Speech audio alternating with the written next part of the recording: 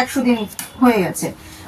সরকার গঠন হওয়ার আগে যা যা প্রতিশ্রুতি হয়েছিল বা যা যা বলেছিল যে অন্নপূর্ণা এত 3000 করা হবে, বাড়ানো হবে, তার কিছুই এখনো আপাতত হয়নি। এই ব্যাপারে কি বলবো, মানে এখন প্রচন্ড পরিমাণের বিক্ষোভ চলছে। এবং যারা পাননি তারা বিক্ষোভ।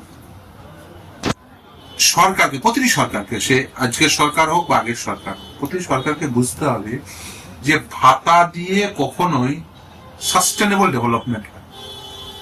আপনাকে ভাতা থাকবে, ভাতা হচ্ছে ইন্টারিম মেজার, যেমন সংরক্ষণ হচ্ছে ইন্টারিম মেজার। আমরা কি করেছি, আমরা গোটা রাষ্ট্র ব্যবস্থা, যেটা মানে বিভিন্ন সরকার যেখানে ফেল করেছে, সেটা হচ্ছে ভাতাকে, সংরক্ষণকে এটা পার্মানেন্ট ব্যবস্থায় পরিণত করেছে।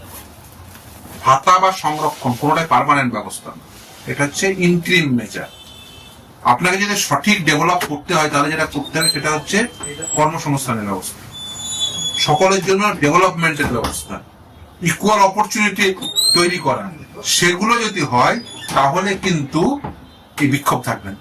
প্রতিদিনের বাড়িতে 50,000 টাকা করে মাইনের চাকরি থাকতো, তাহলে কি এই বিক্ষোভ হতো? না, হতো না। গত 15 বছরে আপনি শিল্পায়ন হয়নি। আপনি যদি এখনো যদি শিল্পায়ন না করতে পারেন, সরকারি ক্ষেত্রে বেসরকারি ক্ষেত্রে যদি আপনি কর্মসংস্থানের ব্যবস্থা না করতে পারেন, শুধুমাত্র ভাতার উপরে দাঁড়িয়ে যদি মানে ভোট পলিটিক্স হয়, তাহলে কিন্তু এই জিনিস ঘটতেই থাকবে। আজকে আমরা দেখেছি বিরাটিতেও রেল অবরোধ হয়েছে এবং মন্ত্রী অগ্নিমিত্রা পাল তিনি তার বৈঠক ছেড়ে উঠে আসতে বাধ্য হয়েছেন।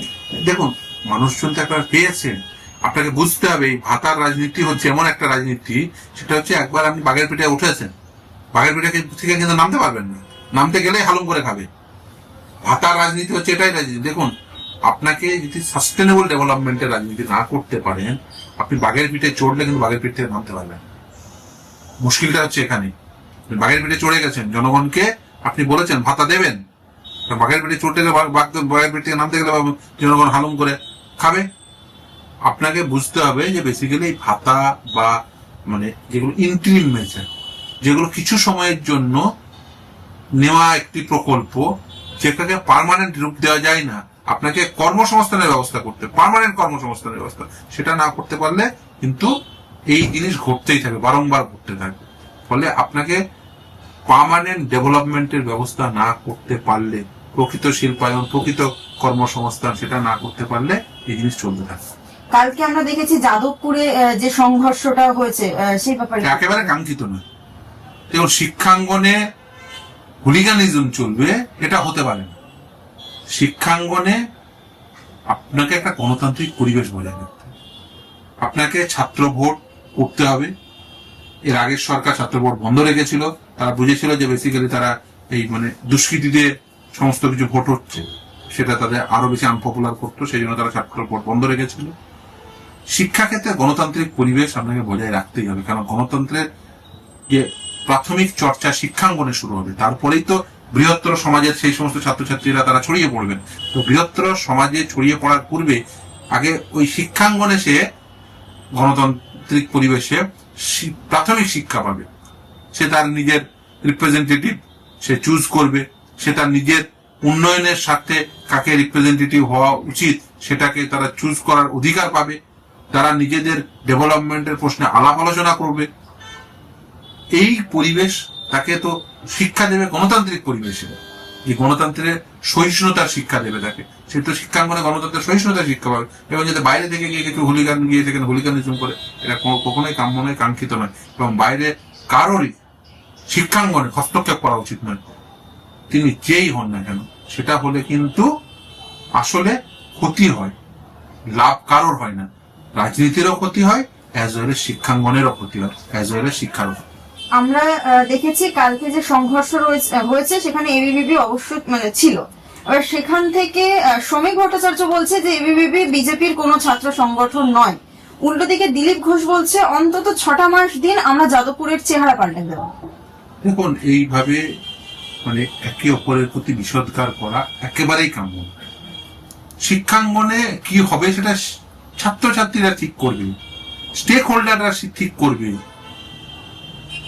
দৈনন্দিন রাজনৈতিক চর্চা যারা করেন, যারা রাজনৈতিক নেতা নেত্রী, তারা দয়া করে এটা বোঝার চেষ্টা করুন যে শিক্ষাঙ্গনের গণতান্ত্রিক পরিবেশ আর বৃহত্তর সমাজের গণতান্ত্রিক পরিবেশের মূল পার্থক্য কি রয়েছে এবং মূল সাজুজ্যতাও কি রয়েছে। সাজুজ্যতা নেই তা নয়, কিন্তু বুঝতে হবে কিছু রেস্ট্রিকশন আছে। কারণ শিক্ষাঙ্গনটা কি পারপাসে ইউজড হবে সেটা আগে বুঝতে হবে।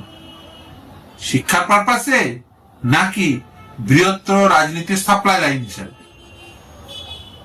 বৃহত্তর রাজনীতির সাপ্লাই লাইন ছাত্র নেতা হতে পারে, কিন্তু ওই ছাত্র নেতারা তৈরি হবে শিক্ষাঙ্গনে কিভাবে, সেটা তার কিন্তু একটা নিজস্ব প্রসিডিওর রয়েছে। এবং এই রেসপেক্টে আপনি যদি দেখেন, একটা কমিশনের রিপোর্ট রয়েছে কি করা উচিত এই ছাত্র ভোট, শিক্ষাঙ্গনের রাজনীতি নিয়ে কি হওয়া উচিত, শিক্ষাঙ্গনের চেহারা কি হওয়া উচিত। কারণ শিক্ষাঙ্গনে এই যে আমাদের শিক্ষার যে প্রসার ঘটেছে সেটা একটা এই যে ইভলিউশন, সেটা একটা নির্দিষ্ট গতিতে হয়েছে। শিক্ষা এক সময় বৈতনিক ছিল, সেখান থেকে অবৈতনিক হয়েছে। রাষ্ট্র কিভাবে দায়িত্ব নিয়েছে, সেখানে কিভাবে রাষ্ট্রীয় বিভিন্ন বিষয়ের চর্চা হয়েছে। শিক্ষাঙ্গনে তো সমস্ত রকম চর্চা হয়, সেই পরিবেশ তো তৈরি করতে দিতে হবে, সেই পরিবেশ তৈরিতে সাহায্য করতে হবে। এই পরিবেশ যাতে না তৈরি হয় সেরকম, যে যদি কেউ প্রতিবন্ধকতা তৈরি করতে চান তাহলে কিন্তু সেটা ভুল হবে। দিলীপ ঘোষ আরেকটি মন্তব্য করেছেন, সেটা হচ্ছে যে আমরা এসএফআই অফিস ভেঙেছি, এবার সার্জিক্যাল স্ট্রাইক হবে। এগুলো দেখুন, এগুলো এই পপুলিস্ট মন্তব্য, এই মন্তব্য দিয়ে মানে আর যাই হোক ছাত্র রাজনীতি আর আর যাই হোক শিক্ষাঙ্গনের কোনো লাভ, পপুলিস্ট মন্তব্যকারী।